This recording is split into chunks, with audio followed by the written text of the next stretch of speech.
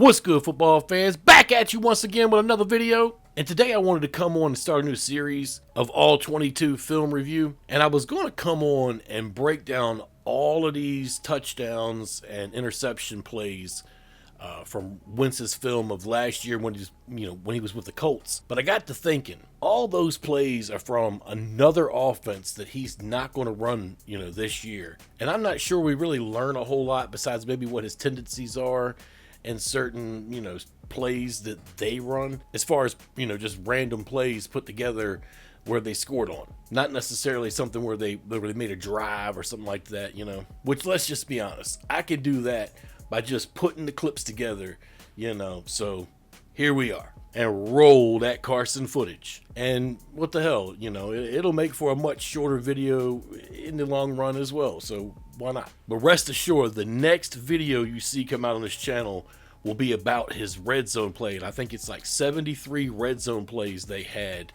last year. And I want to get more in depth with that one and kind of show what he does inside that 20-yard line. But when you talk about the enigma that really is Carson Wentz, you have to talk about the 85 career starts and the 20,000 plus yards and the 140 touchdown passes that he's thrown already.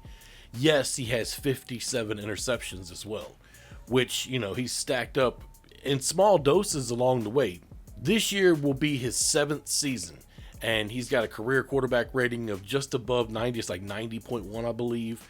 He's got 10 game-winning drives.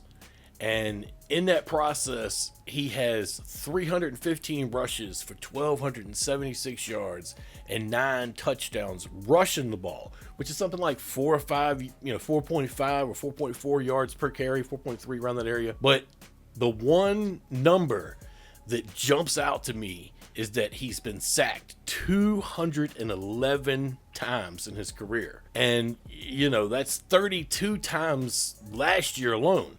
And I believe like 52 the year before that in Philadelphia, his last year in Philadelphia. Now, some of his haters or detractors or whatever, naysayers, will try to tell you that's because he holds onto the ball too long.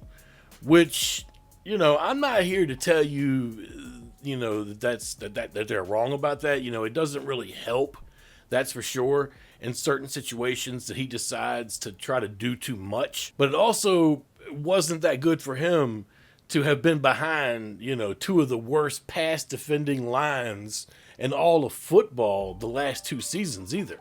Now, of course, if you were dropped into just 2020 and didn't know the story behind Carson Wentz, you would think to yourself that he was a quarterback that wasn't, making it in this league. But then you look back and you see that in 2017, this guy was well on his way to, winning the MVP of the league before he got hurt. And that was just an odd year for Philadelphia. They had this weird dynamic going for them. And, they ended up winning the Super Bowl with Nick Foles at quarterback, which I'm sure hurt Carson's psyche a little bit. I don't know for 100% sure because I've never heard anybody say before, but it seems like his mental is a little off, like his noodles a little cooked maybe over that. And it just seems like ever since then he's just trying too hard, or over trying at his position. He seems like he tries to do things too much at once. I've noticed in some of this film here, there was a couple plays, especially the one where he was holding on to the ball, and instead of throwing it away the moment he saw the pass rush, he tried to turn around and scoot out a little bit more and go backwards into the end zone, and ended up chucking the ball anyway. And of course, one of the Titans defenders picked it off and got a touchdown out of it.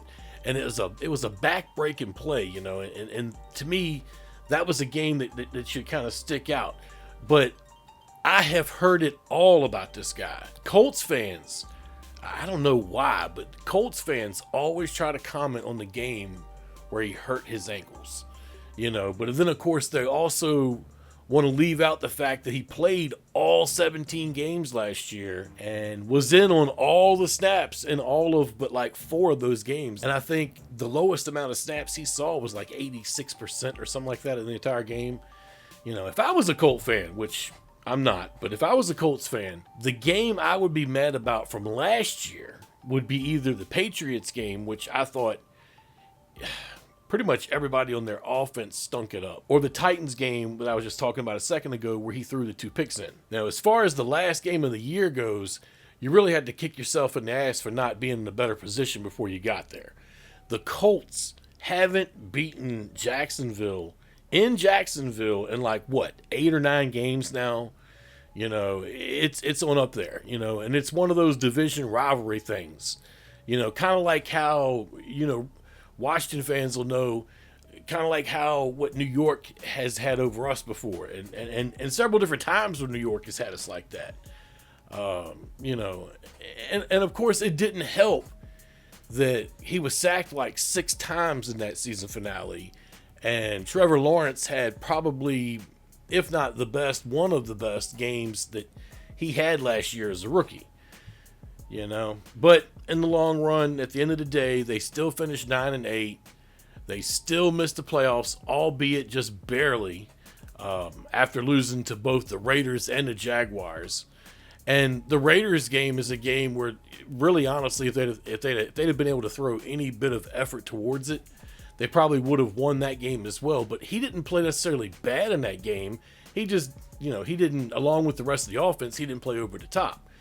But nobody ever talks about the COVID outbreak that left that team, you know, in utter shambles the last, what was it, 17, 18 days of the season, where none of them could interact with one another because you had the whole tracing thing. You know, if one player talked to this person, then they were out by proxy, and another person talked to that person, they couldn't talk to this person, and nobody could have face-to-face. And, you know, it just got weirder and weirder as they went. But at the end of the day, they passed their test or whatever it was, so they played after all those relaxed rules went into effect, if you guys remember. But it killed the momentum they had. Of course, a lot of the players didn't play, or fewer players didn't play. But after not practicing together all week, you know, they're not on the same page. And on top of everything that happened, you know, with the line giving up all those sacks, you know, and then when he leaves, coming to Washington this offseason, if you didn't notice, his teammates all spoke out about, you know, loving their time with him. And there were several that spoke out saying, here we go, you know, 5 quarterbacks in 5 seasons, what's happening now? But at the end of the day, the coach wanted him, you know, the owner did not. And hey, I'm not here to bash owners, because Lord knows our owner gets bashed around every corner, and deservingly a lot of the times, okay? But their owner, the Ursays, let's just put it nicely, are odd people, okay? You know, just look, if you don't already know, into how they made that move to Indianapolis. I know there's a lot of Baltimore fans, a lot of Ravens fans, old school Ravens fans, mind you, the older parts of that fan base, that know all about that story, okay? You know, not to mention Jim Irsay's personal issues. They're all out there in the public too, you know. I don't have to mention them. All you got to do is hit Google, and you'll find out everything you need to know if you don't already know. But, you know, not to mention the fact that the Colts have had different quarterbacks every year since Andrew Luck retired. You know, it just seems like they got itchy trigger fingers over there. And from what I could gather, the owner is calling the shots, not so much the GM is calling the shots, so to speak. It's one of those situations where they control things, like everybody says that, you know, the Redskins were controlled for so many years. We don't know for 100% sure if they were controlled like that or not. But it's been said forever that that's how it was being done back in the Danny Ball days, you know, back in the early days when Danny was in Redskin Park every week. But at any rate, in the end, I am not somebody that lives in left field, okay? I know that Carson Wentz still has flaws that need coaching up.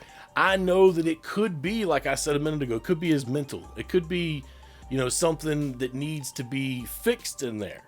But I believe that this staff might be the ones that could do that. I know that this for sure is going to be his last opportunity to do that, if you know what I mean. And the offense that he ran before in Philly and then over in Indianapolis, which it was pretty much the same, is completely different than the one that he's learning right now. And while he's never been exactly known for his accuracy, this offseason, it's been all about timing and getting used to his receivers. A lot of talk this offseason by the talking heads and the so-called experts has been kind of centered around what it will take to get the old Carson back. Me personally, I think what Washington is doing is the right way, and it's the right thing by teaching him the new system and trying to scrub the old, the old everything out and try to start new. And it's completely different than anything he's been used to before. And it's all in hopes that he'll hit the ground running and just take to it without any problems. Now, to me, it's all about timing. And with the players on this team, they have to get the timing down. And then sky is the limit for me, For now with Carson, it's all about football.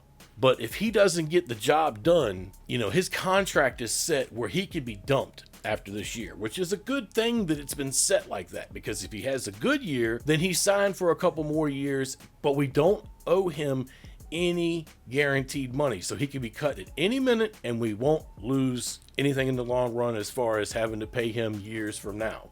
Dead cap can haunt you, but if we're being honest with ourselves, okay, Jahan Dotson, Curtis Samuel, and Terry McLaurin offer Carson Wentz the best set of weapons that he's ever seen in his entire career. And that goes all the way back to Pee-wees and everything else, Terry McLaurin is probably the best overall player at this level that he's been on the same offense with. And those are pretty big words for a guy that's been, on a team that's won a world championship. Not to mention the fact the way that this defense rolls off of things and could set this offense up for good situation after good situation if things go like they could and should. I really think on that defense that it's really going to be back to where we were 2 years ago, and last year it's just going to be a blip on the map. It was a fluke. It was a bump in the road, so to speak. I will say if one thing frightens me, because, obviously we've had years to watch this guy play, so we know how he does in the pocket. We know that he's the type that can,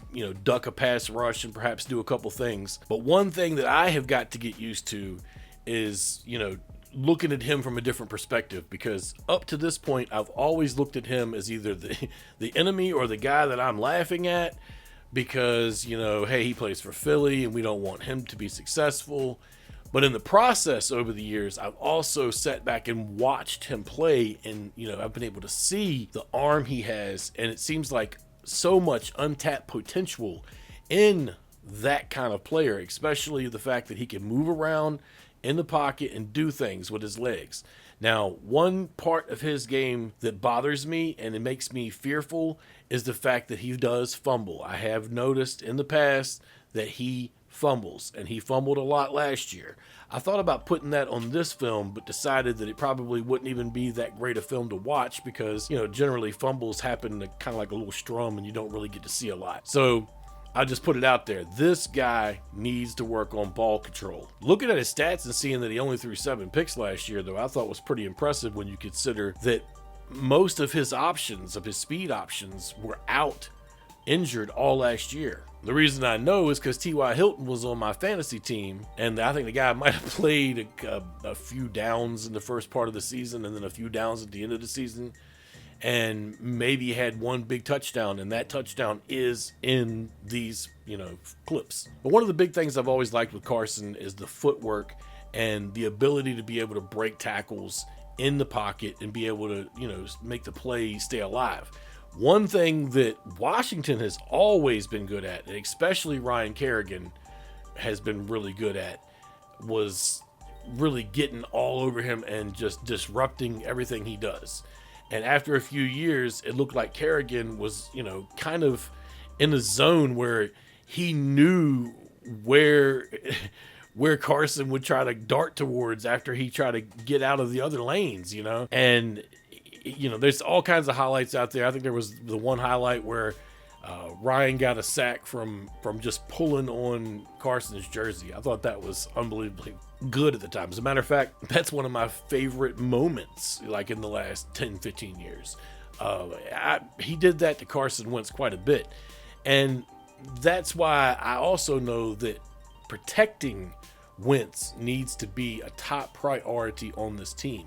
We don't want to, well, I mean, it's great to know that Taylor Heinicke is back there as the backup. And if in a situation where Wentz gets knocked out of a game and can't come back in, Taylor can come off the bench, maybe show us the hot hand again like he has in the past, and know the system and work it and win the football game. That would be great. And then, obviously, if Carson can go the next week, Carson goes the next week because he's the starting guy. But I don't want to have to go through that, him getting knocked out. I want to be able to protect him. So, that's why I'm worried a little bit about the guard position still this year. And I'm looking at preseason as a big stepping stone for this offense to be able to show us really where they're at.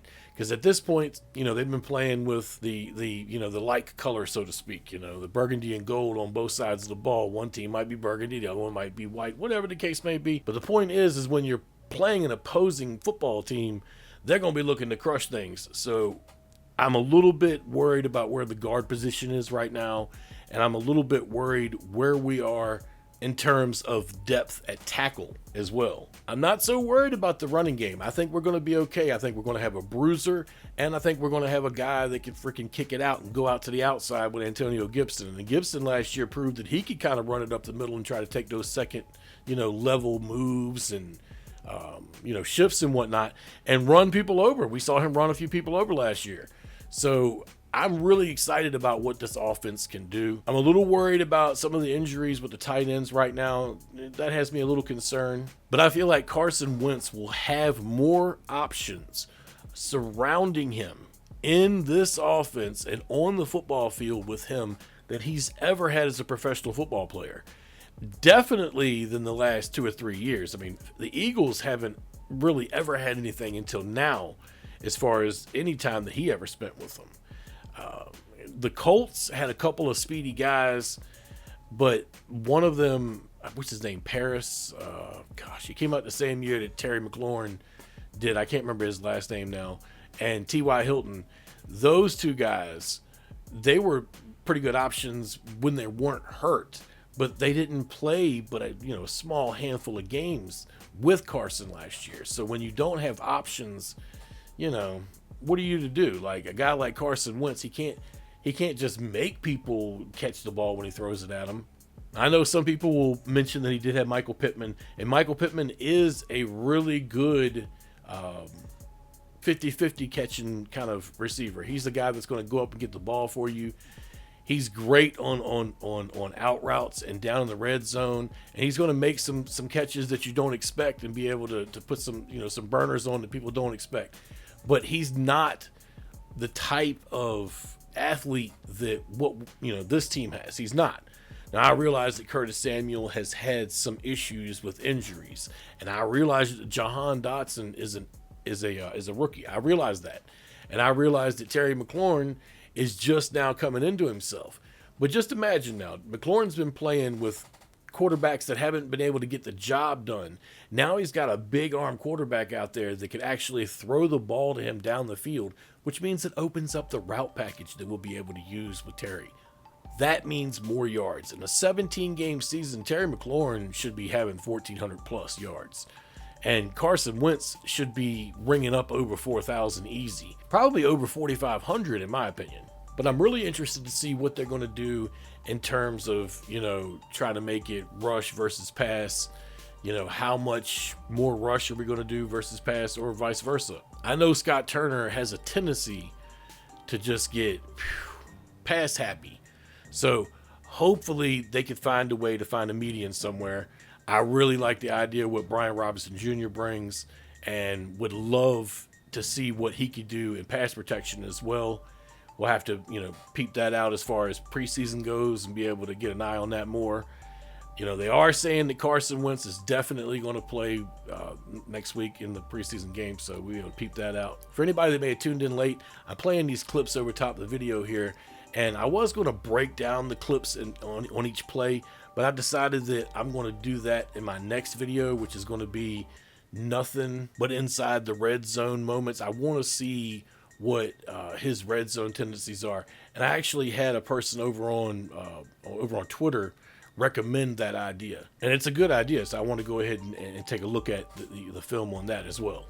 And I will be breaking everything down on that completely. But I'll say this: what I took from this film, myself watching it and then sitting here and thinking about it, is I believe that Wentz did more than he probably should have with the smaller amount of talent that he hit the field with last season. Now, I do believe that the Colts are a more talented team than the Eagles were. So he had more to work with in terms of that, as far as what the Colts have, with him on that team last year versus what the Eagles had the year before. But at the same time, not having T.Y. Hilton really hurt his chances, and not having that long ball target. Also, the other guy, I still can't think of his name, Paris. Somebody in the comments will get it for me. He went to Ohio State. He was injured his rookie year. And I think one of their tight ends has only played tight end maybe, 2 or 3 years in the professional league. I mean, I know he played at VCU because I watched him. I'm a Rams fan. What's his name? Allie-Cox. One play I would scrub from that playbook that the Colts use is that shuttle pass. I can't stand that shuttle pass. And I realized that it's, you could incorporate it in part of the RPO or whatever. And if you have a good RPO quarterback, that he can, make good use out of it. But it also means that you need to have timing down with all the players. And a couple of those plays that he was involved in, that the one specifically where he was, I believe, throwing it to that one tight end. I can't remember his name now, but the ball came in like kind of off a little bit. The tight end was behind on the timing. He hadn't even made the turn yet when he tossed him the ball, and Wentz went with the timing of the play. So it wasn't his fault. It was definitely the tight end's fault. But in the long run, obviously, it looks bad on Carson. He gets the fumble. I hate those kind of plays. There was a couple of times where those kind of plays worked out for him and they got touchdowns off of them. They're in this film. But I hate those kind of plays. I think the key to getting Wentz right again is to make him comfortable. Don't expect the world out of him right out of the box. Build it up. Once his confidence is up there, that kid has untapped potential. I'm telling you, he was almost there in 2017, but he kind of started to come down after that. Like his psyche maybe wasn't right. I don't know what happened, but he has not been right since then. If they could get him back to that, I believe he has untapped potential and can get to places that, we only talked about when he was in his rookie year, thinking how good he's going to be. He's got an arm that's like a freaking cannon. He can throw it out of the freaking stadium. They got to get him comfortable. They have to make him understand that he doesn't have to do too much. He's not Superman. They don't need him to be Superman. Maybe when he was on the Colts, they needed him that way, because if they don't hand the ball off to their all-world running back, then he would be all that they had at that point. That's not the same in Washington. So it'll be interesting to see the way that they do things and tweak things to get him comfortable. Of course, as I was saying a minute ago, the biggest part of comfortability for a quarterback is making sure that, he stays protected. We don't want his backside on the turf. Just because we've got a backup doesn't mean we need to see him. The best thing in the world that'll ever happen for us is that the backup only sees the field when we're up by 2 touchdowns. That's the best thing in the world. That means we're in winning formation, something that really hasn't been seen by this organization in a long time, and it would be nice to get back to that. And I'm looking forward to seeing Carson move the ball up and down the field and cheer him on, and somebody that'll stretch the field. Hopefully Scott Turner gets this right, because in my opinion, a lot is on Scott Turner. He just signed a new contract too, which means he's at least guaranteed the first year. You're not going to fire a guy you just gave a brand new contract to. You're not going to do that. But hopefully he comes out with the guns blazing. Get this guy comfortable, and we can do big things with this offense down the road. Now do me a favor, let me know what you're thinking down in the comments. I'd love to hear everybody's thought pattern about what they've seen in the film here, and about maybe what I've talked about, and about maybe what your opinion is as far as what Wentz can do this year to make himself look, successful, or to make this team successful, and to make him appear to be a player that we need to keep into the future? And one last thing, what do you think he could do to improve his game? And before I close out, guys, I wanted to say real quick, I still had to pick 'em league, still got a bunch of slots open. Actually, there's tons of spots open. You only have to pick 7 games a week. Top prize is a $150 gift card to Fanatics. And second, third, fourth, and fifth prize are all $50 gift cards. It's free, it's easy, it's a way to connect and pick the games. But anyway, the link is in the description box, and I'll probably pin it down in the comments as well. All you gotta do is click that link. It'll take you right to the menu or whatever. You create a profile and join the league, and then you're in there. Any suggestions, you guys throw them down in the comments, whatever. Any questions you guys got about that, let me know down in the comment box.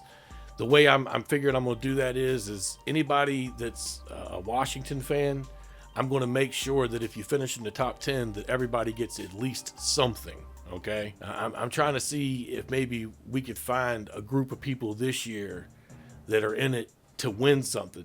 Once you got a monetary value to something, and we got a sponsor this year that is trying to get everybody to take a look at their website and whatnot. And it's actually a really nice website too. So while you're there, check that out as well. At any rate, that's all I got. Y'all take it easy. Peace.